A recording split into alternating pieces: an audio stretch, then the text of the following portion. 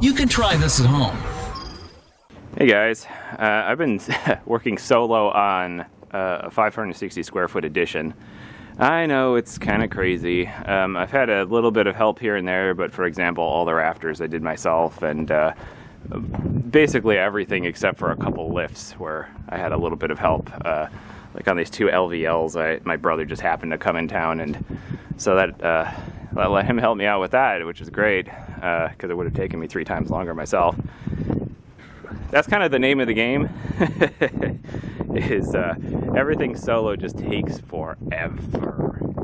So these are a couple extra 2x10s that were from the rafters. I just ordered 2 extra, and my god, look at these quality issues. I couldn't possibly use something this bad.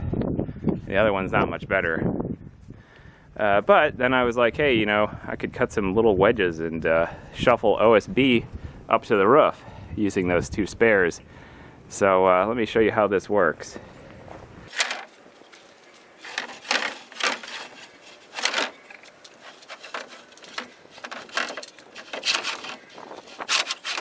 So I know what you're thinking, that was pretty bad. There's some room for improvement. These are 4-foot spacing.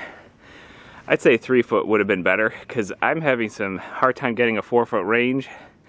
I'm 6 feet tall, I have a 6-foot arm span total, so I kind of thought, you know, I could probably push it up there, but these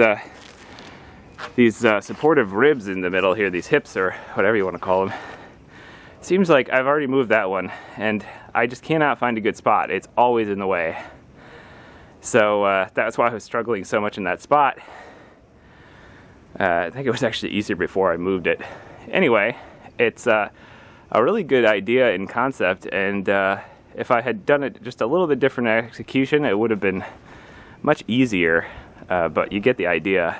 And this cost me nothing, of course, because it's just a couple of extras and some scrap wood turned into wedges. I will say, I don't know how long the screws will hold up, or the wedges will hold up rather, from throwing it up where it passes and then clamps down. One nice thing about this though is if you do screw up and it comes back your way, it'll only go so far as the previous wedge. So, you know, it's kind of safe in that regard, but if I was to do it again, I think I would have done 3-foot spacing, and like I said, no matter what, there just doesn't seem to be a good spot for that. I think maybe if you were to kind of put it halfway, so you could get your hands in there. Before I had it too close to that edge and I couldn't get my fingers in there. So I hope that you guys find that helpful, and wish myself luck on wrapping up this project that has taken forever. The worst part is it's the winter time, and all the batteries for my portable tools are frozen, and they just don't work so well, and so I only get a few, like maybe a few minutes of work time. Today is going to hit 45, so hopefully I can make some really good progress, because this has been extraordinarily rough just based upon the cold temperatures and doing it on my own. You know, just trying to take a measurement, something so simple, with just doing it on your own. It's hard to get anything even close to accurate. So everything's been a challenge, but I'm doing the best I can. If you found that helpful, please like and subscribe, and of course, always give me your feedback. Let me know if you guys have tried anything similar or better for moving sheets of OSB or something like that. In retrospect, I kind of wish that I had a drywall lift for doing this, and I did order one that does 16 feet, but it won't be in for a while. So I think a drywall lift might have been a really good option for this, potentially. But this will do in the meantime. It didn't take me long to rig it together. It just has a few areas that could be better. Alright, so obviously I've gotten all my OSB up. My little rig worked fine. Hit my head a few times, that sort of thing, but nothing to write home about. I used a lot of wood screws to temporarily hold things and to realign them and that sort of thing. That was helpful.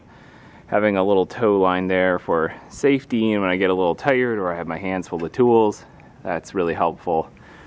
And last tip here is using clamps to hold the OSB. I need to get it just about an inch past these rafters here. And these clamps work really well for that, because I can just kind of tap, tap, tap, and, you know, roughly adjust their resistance holding up the piece.